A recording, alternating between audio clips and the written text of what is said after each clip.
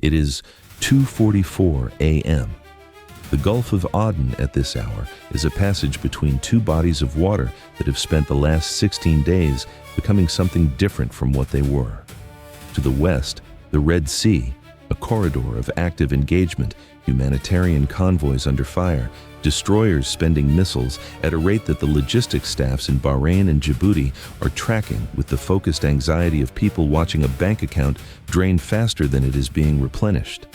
To the east, the Arabian Sea, deeper, wider, less constrained, where the Abraham Lincoln Strike Group has been operating since the Hormuz transit 32 hours ago. Between them, the Gulf of Aden, 900 kilometers of water bordered to the south by Somalia and to the north by Yemen, a waterway that has been contested for 15 months by Houthi maritime operations, and that is now, in the 16th day of Operation Epic Fury, become the seam between two theaters of a war that did not begin here, but has arrived. The USNS vessel is not a warship. It carries no offensive weapons. It carries sensors, arrays of passive and active collection systems that have been built into its hull and superstructure, with a thoroughness that makes it one of the most capable intelligence collection platforms operating in any ocean at any given moment. It is a national asset. Its crew is not combat trained in the way of a destroyer crew. They are trained in the discipline of their collection mission, in the management of systems whose data flows to analysts who will use it to understand adversary capabilities and intentions at a strategic level that transcends any individual engagement. The USNS vessel has been operating in the central Gulf of Aden for 31 hours, positioned to collect on Iranian naval and Houthi communications activity that the theater intelligence architecture has determined is optimally sampled from this location. Its position is not secret. Its type is not secret. American ocean surveillance ships have operated in international waters for decades under the accepted framework of international law, a framework that does not prevent them from being approached, challenged, or harassed, and that does not, in itself, prevent an adversary from deciding that the framework no longer applies to the current situation.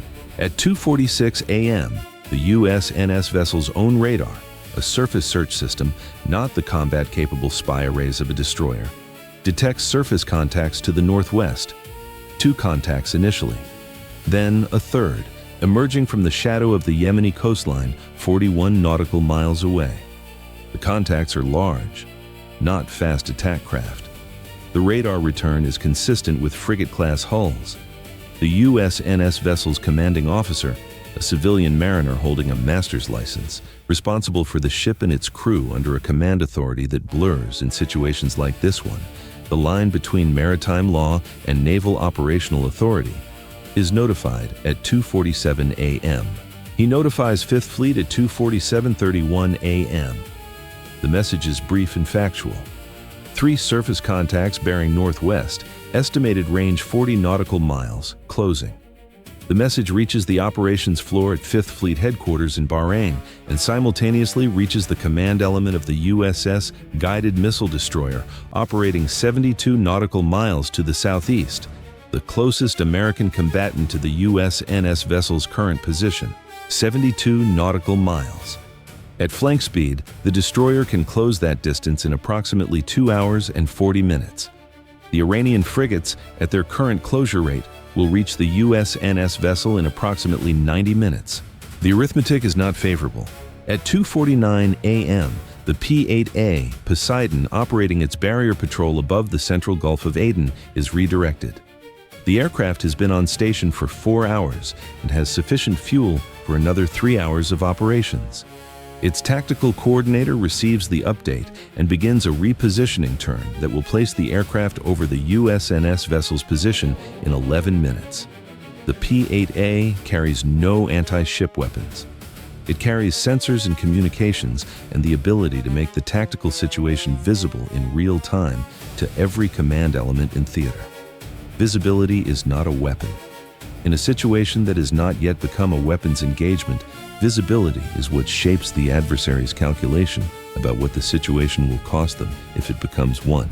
The USNS vessel transmits on Channel 16 at 2:51 a.m. The transmission identifies the vessel as a U.S. government ship operating lawfully in international waters under the provisions of international law. It requests the approaching contacts to identify themselves and state their intentions. The transmission is made in English and in Farsi.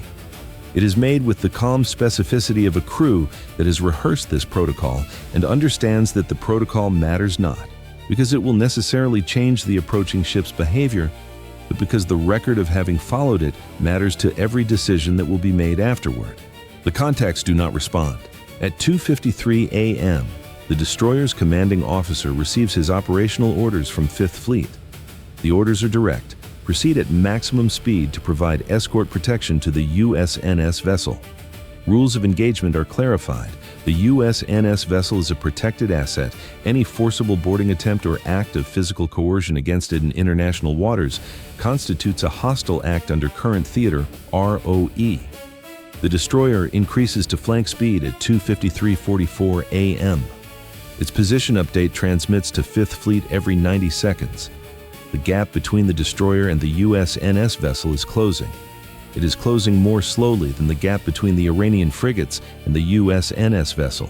At 2:55 a.m., the P-8A reaches the USNS vessel's position and establishes a surveillance orbit at 18,000 feet. The aircraft's surface search radar paints the three Iranian contacts with a precision the USNS vessel's own system cannot match. The TACO builds a picture. The three frigates are Moudge-class hulls, the same class that challenged the Abraham Lincoln's Hormuz transit 32 hours ago and withdrew. They are now in a loose column formation, the lead ship ahead of the other two by approximately 1,200 meters, all three on a bearing and speed that places them on a direct intercept course with the USNS vessel. No deviation, no ambiguity in the geometry. At 2:57 a.m., a fourth contact appears. Then a fifth. These contacts are smaller, the radar return of fast attack craft, emerging from a coastal position further east than the frigates, moving at 38 knots on a converging course. Houthi maritime assets, operating in coordination with the Iranian frigates in a geographic and operational pattern that the intelligence assessors at Fifth Fleet will spend the next 12 hours analyzing, and that the TACO at 18,000 feet recognizes in the same 4 seconds he sees it. A two-axis approach designed to compress the USNS vessel's maneuvering options. The frigates from the northwest applying the weight of state naval power. The fast attack craft from the northeast cutting off the eastern escape route. The USNS vessel, if it attempts to maneuver away from the frigates, runs toward the fast attack craft. If it runs from the fast attack craft, it runs toward the frigates. It is a geometric trap. The TACO reports the full picture to Fifth Fleet at 2:58 a.m. The report includes the two-axis composition, the estimated intercept times, frigates in 71 minutes, fast attack craft in 54 minutes, and the current position of the destroyer. The destroyer is still 61 nautical miles away. The fast attack craft will reach the USNS vessel before the destroyer does. The USNS vessel's commanding officer is informed at 2:59 a.m. He has 4 options. He can maintain course and speed and accept that the fast attack craft reach him first. He can increase speed southward, away from both threat axes, buying time at the cost of fuel and at the risk of moving into waters where the destroyer's intercept geometry becomes less favorable. He can transmit an emergency distress signal on international frequencies and rely on the presence of the P-8A and the approaching destroyer to deter a boarding. Or he can heave to stop and present a deliberate, unambiguous posture of non-threat, a statement in the language of ships that says, "I am not fleeing, I am not threatening, I am simply here, and what you do next is entirely yours." He heaves to at 3:01 a.m. The decision will be discussed in operational reviews for months. A ship that stops is easier to board than a ship that is moving. A ship that stops is also making a statement that a ship moving at maximum evasion speed cannot make, that it occupies its position not from weakness, but from the assertion of a right that does not depend on speed. The commanding officer has served on this type of vessel for 11 years. He has been in situations before where the instinct to run collided with the professional judgment, that running makes the situation worse. He makes his decision and he transmits it to 5th Fleet, and he maintains his position. At 3:04 a.m., the MH-60R Seahawk launched from the destroyer, now 58 nautical miles away and closing, reaches the USNS vessel's position. The Seahawk has been airborne for 22 minutes, pushing its transit speed, and has arrived ahead of its parent ship because the helicopter's speed advantage over the surface closing geometry means it can be useful here before the destroyer can. The lead pilot establishes an orbit above and ahead of the USNS vessel, activating the forward infrared camera and the laser designator. He paints the lead Iranian frigate. The laser dot appears on the frigate's forward deck at a range of 31 nautical miles, visible to any electro-optical system aboard the Iranian ship, a statement of precision that does not require translation. The lead frigate does not alter course. At 3:07 a.m., the P-8A activates its AN/APY-10 surface search radar to full power and begins transmitting its identification modes, making itself fully visible, fully identified, fully undeniable on every receiver in the approaching formation. The aircraft is not a threat in the kinetic sense. It is a witness, a recorder, an asset that is transmitting everything it sees in real time to commands that will use the data in ways that the Iranian frigate's commanding officer can calculate and cannot prevent. Being watched is not the same as being stopped, but being watched, in the grammar of these encounters, is a statement about what the watcher is prepared to do with what it sees. At 3:09 a.m., the fast attack craft, 4 of them confirmed by the P-8A's radar, now 38 nautical miles from the USNS vessel and closing at 40 knots, change formation. The lead craft accelerates to 44 knots and moves slightly ahead of the others. The formation spacing tightens. These are not patrol movements. They are approach movements, the specific geometry of a crew that has decided to close the final distance to a target with intent rather than with curiosity. The Seahawk lead pilot repositions from the frigate axis to the fast attack craft axis at 3:10 a.m. He drops to 600 feet and places his aircraft between the fast attack craft and the USNS vessel, not physically blocking the approach. A helicopter does not block a 40-knot surface craft by positioning itself overhead, but making the approach fully visible, fully tracked, fully documented at a range and resolution that will produce imagery clear enough to identify hull numbers. He activates his identification systems. He transmits on the fast attack craft's known operating frequencies. He is, at 600 feet over dark water in a helicopter with no offensive capability, the most forward American asset in this engagement, and he is there by choice, because the choice was between being useful and being safe, and the mission requires useful. At 3:12 a.m., 5th Fleet authorizes the destroyer to transmit a direct warning message to the Iranian frigate formation and the fast attack craft on military communications channels. The message is explicit. It identifies the USNS vessel as a protected American asset. It states that any act of boarding, seizure, or physical coercion will be treated as a hostile act under current theater rules of engagement. It states that the U.S. destroyer is en route and will arrive within the operational area. It states, with a specificity that requires no interpretation, that the United States Navy is capable of and authorized to respond to hostile acts against protected assets with whatever means are appropriate to the threat. The message is transmitted at 3:13 a.m. For 41 seconds after the transmission, the tactical picture does not change. The frigates continue closing. The fast attack craft continue closing. The P-8A continues orbiting. The Seahawk continues its position at 600 feet. The USNS vessel is stationary on dark water, its crew at their stations, its collection systems running because the collection systems are the reason the ship is here, and they do not stop collecting because the situation has become uncomfortable. At 3:13:41 a.m., the lead fast attack craft reduces speed from 44 knots to 38, then to 30. The bearing rate on the P-8A's radar display shifts. The craft is not stopping. It is no longer accelerating. The two craft behind the leader maintain their speed briefly, a gap in the formation that creates a few seconds of ambiguity about whether the deceleration is a command decision or an individual one. And then they reduce speed as well. At 3:17 a.m., the lead Iranian frigate begins a course change. Not a reversal, not a turn back toward Bandar Abbas.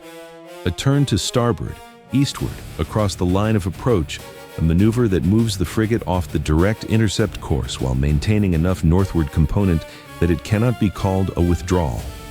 It is the maritime equivalent of a statement that wants to claim it was never a threat in the first place.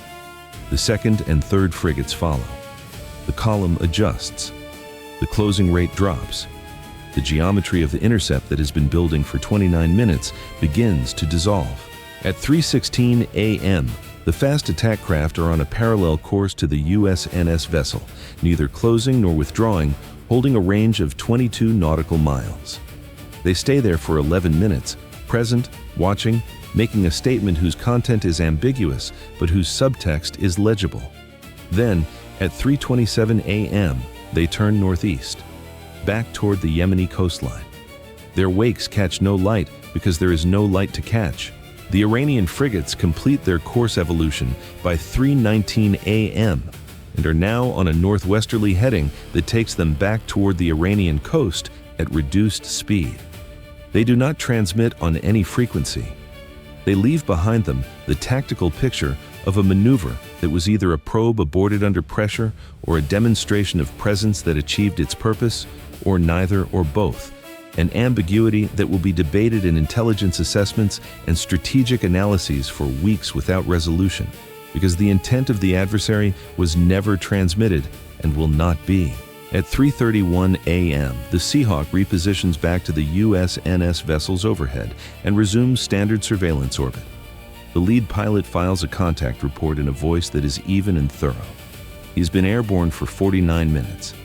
He's been at 600 feet over dark water between a surface intelligence vessel with no weapons and 4 fast attack craft with intentions he was not certain of for 18 of those minutes. He files the report. He maintains his orbit. The USNS vessel resumes its track at 3:33 a.m., moving eastward at standard transit speed, its collection system still running, its crew at their stations. The destroyer arrives at the USNS vessel's position at 5:09 a.m. It is 1 hour and 38 minutes after the Iranian frigates began their withdrawal. The destroyer takes station 800 meters off the USNS vessel's port beam. The two ships move together. The destroyer's SPY-1D radar is painting a picture that extends 200 nautical miles in every direction and currently shows no threatening contacts. It will continue painting that picture for as long as the USNS vessel requires escort. 1 Iranian frigate formation, 3 hulls, 4 Houthi fast attack craft, 29 minutes of closing geometry, 0 weapons fired, 0 boarding attempts, 0 contact with the USNS vessel, 1 Seahawk crew at 600 feet for 49 minutes between an unarmed ship and an uncertain threat, 1 commanding officer who stopped his ship and held his position and was right to do so in a way that will never produce a clean after-action narrative, because the engagement that did not happen cannot be fully credited to any decision that prevented it. The USNS vessel collects in international waters because international law says it can. It collected tonight because a Seahawk crew was willing to be the most forward American asset in the engagement geometry, because a destroyer pushed to flank speed the moment the orders arrived, and because a civilian mariner with 11 years on this type of ship made a decision at 3:01 a.m. that was either tactically sound or professionally reckless, and will be both simultaneously in every conversation about it for the next decade. The intelligence the vessel collected during the approach and withdrawal of the Iranian formation will be analyzed within 48 hours and will contribute to a picture of adversary intent and capability that will inform decisions at a level of command that neither the Seahawk crew nor the USNS vessel's master will ever be briefed on. That is the nature of the mission. The data flows up. The ship holds its position. The ocean observes nothing and forgets nothing, and the record of what was collected tonight will outlast every person who was present for it. 3 Iranian frigates, 4 Houthi fast attack craft, 29 minutes. 1 unarmed vessel, 1 Seahawk. 1 decision to stop and hold, 0 inches yielded. The line does not always hold through firepower. Sometimes it holds through presence, through the willingness to occupy a position in international waters with nothing but professional discipline and the institutional memory of a Navy that has been doing this long enough to know that the most important engagement is sometimes the one that does not become an engagement at all. The sea holds what passed through it. The record holds what it cost.